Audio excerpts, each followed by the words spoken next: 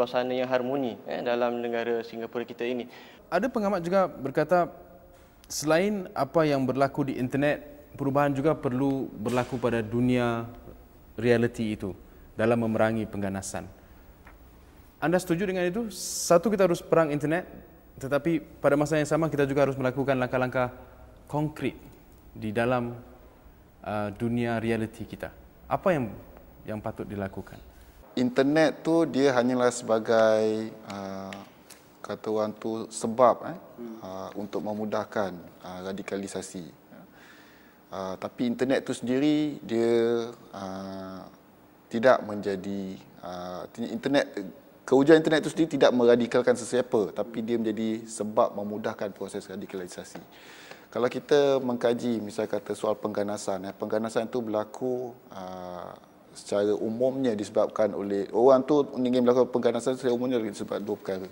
Kerana dia percaya dengan ideologi yang memberi justifikasi kepada pengganasan. Yang kedua ialah kerana wujudnya apa dinamakan sebagai grievances ataupun sumutan-sumutan yang timbul kerana kata waktu persepsi wujudnya kezaliman dan juga ketidakadilan berlaku sama ada kepada seorang itu ataupun sesiapa yang dia mempunyai afiliasi. Apa yang berlaku ialah kebanyakan insiden-insiden seperti ini bukan tak pernah berlaku sebelum ini, seperti misalnya konflik di Israel. Benda tu dah berlaku sejak 70 tahun, mungkin 80 tahun dah berlaku. Cuma kewujudan internet dan teknologi komunikasi hari ini menyebabkan suasana itu menjadi lebih dirasa secara personal oleh individu. Kerana visual yang sampai pada mereka tu lebih direct, lebih daripada yang dahulu yang dapat mereka lihat. Dan itu benar-benar mengganggu perasaan mereka sehingga memudahkan proses radikalisasi. Jadi menangani perang ideologi di internet saja tidak akan menyelesaikan masalah selagi konflik-konflik berkenaan itu berterusan dan tidak ditangani.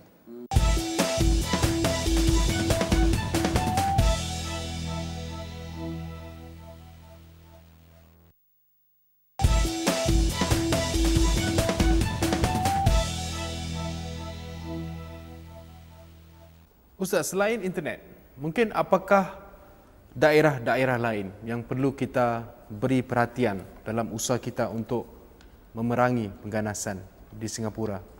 Daerah-daerah yang boleh kita baiki ialah dari sudut misal kata bagaimana kita kata waktu menajamkan lagi usaha-usaha kita.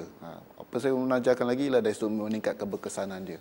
Sebagaimana kita sebagai contoh, saya rasa kita perlu untuk lebih memahami fenomena yang dinamakan sebagai proses radikalisasi. Daripada mana dia bermula, bagaimana dia berakhir dan di titik mana kita perlu kata orang tu intercept ataupun campur tangan agar proses itu dapat dihentikan. Kemudian misal kata cuba mengenal pasti the most high risk group ataupun kelompok yang paling berisiko tinggi. Benda-benda ni sebenarnya benda-benda yang kita masih belum lagi mempunyai maklumat yang lengkap untuk kita menajamkan lagi usaha-usaha kita. Dan kajian kita perlukan banyak kajian. Tambahan-tambahan lain ialah misal kata kita perlu empower masyarakat, anggota masyarakat, baik ibu bapa ataupun belia. Pertama, mengenal pasti apakah ciri-ciri ideologi yang boleh membawa kepada pengganasan. Supaya dengan itu, bila mereka bersemuka, mereka boleh menjauhkan diri. Ataupun bila mereka berjumpa dengan individu berkenaan, mereka boleh mengambil langkah-langkah sama ada untuk memberi maklumat ataupun membantu untuk mengembalikan orang berkenaan. Kalau kita lihat, perlu juga sebagaimana yang dikatakan tadi, ada di antara guru-guru agama kalau yang ciri-ciri yang fahaman radikal ni ialah mereka menjalankan pengajaran mereka secara rahsia.